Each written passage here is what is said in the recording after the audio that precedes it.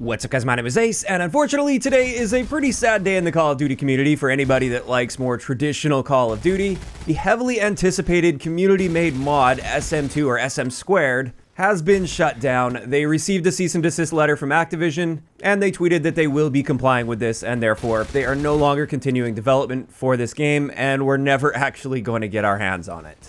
Now, for those who weren't familiar with this, what you're seeing in the background gameplay, this is actually from SM2. And essentially with this, it seemed the entire goal was just taking all of the fan favorite things from the previous years, as well as a few new elements, and mashing it together into sort of the perfect Call of Duty game, at least in many people's eyes. And I personally was really excited for this. I know a ton of people were also very excited for this to eventually come out, and it's too bad that that's not going to be happening. Now, at the same time, I can't say I'm really surprised by this news. Initially, with the development of SM2, this was simply a mod on the IW4 engine, or the Modern Warfare 2 engine, the original Modern Warfare 2 engine. And at least my understanding of this is you would have to own Modern Warfare 2 in order to play this mod. So if anything, with that being the case, this was a good thing for Activision because that would just sell more copies of the original Modern Warfare 2. It's free money for them. There's really not much of a downside there, aside from perhaps that game stealing players away from the current Call of Duty game where Activision's trying to sell a bunch of skins and stuff like that. So even in that case, it was a little bit sketchy, and I was a bit surprised that there wasn't an earlier cease and desist for this. But I think the thing that really tipped this over the edge is the developers actually pivoted with this into the more modern Call of Duty engine.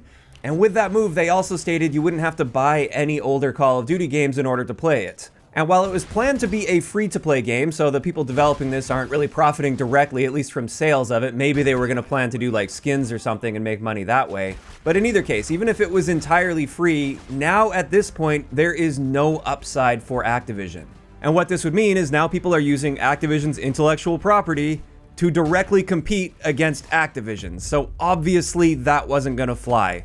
I don't know why they decided to make this move. It seemed extremely obvious that this was going to happen after making this move, because at least before there was that argument that Activision is going to be benefiting directly from this project, but not anymore. Now this project was going to be using Activision's assets in order to compete with Activision, and at that point, there's just no way Activision Legal would let that fly. So it is a really unfortunate situation. I think they made a terrible decision to be transferring to the new engine, and as much as I'm sure that would have made this game a whole lot better, it pretty much immediately doomed this project to fail when they made that decision. And honestly, even if they would have stuck with the original Modern Warfare 2 engine, I think there was always a decent chance that this was going to happen at some point.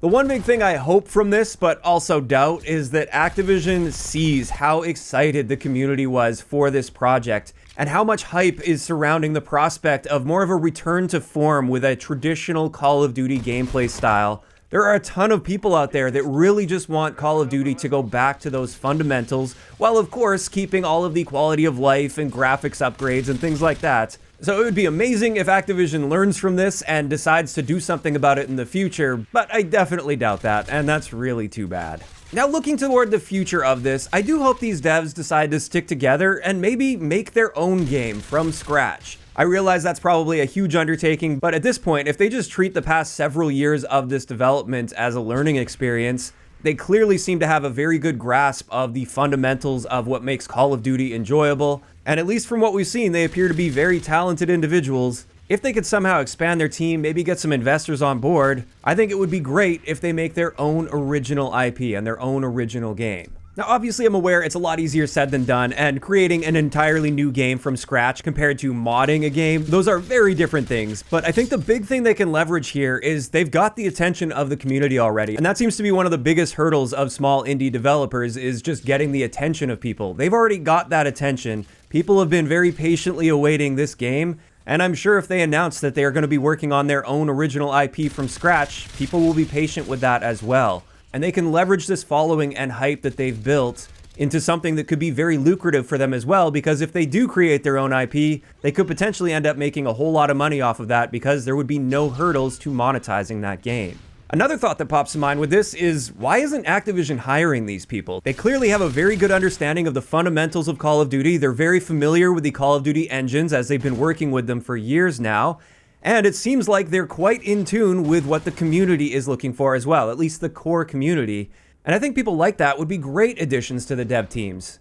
especially since in recent years it seems like at least some of the dev teams are drifting farther and farther away from the community, and it just seems like a good opportunity to bring some fresh talent with a fresh perspective into things. Now, of course, that's just a thought and maybe some wishful thinking from a player's perspective, and I'm sure the business perspective is a little bit different here, but to me, I'm just seeing some opportunities here for the future, and I'm curious to see what ends up happening here. I think it would really be a shame if these developers just drop things entirely and don't really do anything from all these years of work that they put into this. But I guess time will tell, and that's pretty much it. That is going to wrap it up for my thoughts on this whole SM2 situation. I do think it's really unfortunate, but again, I'm really not surprised by this, especially after that move they made. Now, of course, this is where I want to hear from you guys in the comments down below. What are your thoughts on this whole situation with SM2? Is this a game that you were personally looking forward to playing? Is this the first you've even heard of this game? Just let me know all of your thoughts down below. If you enjoyed the video, a like rating is always appreciated. And don't forget to subscribe for more if you haven't already. I'll talk to you guys next time.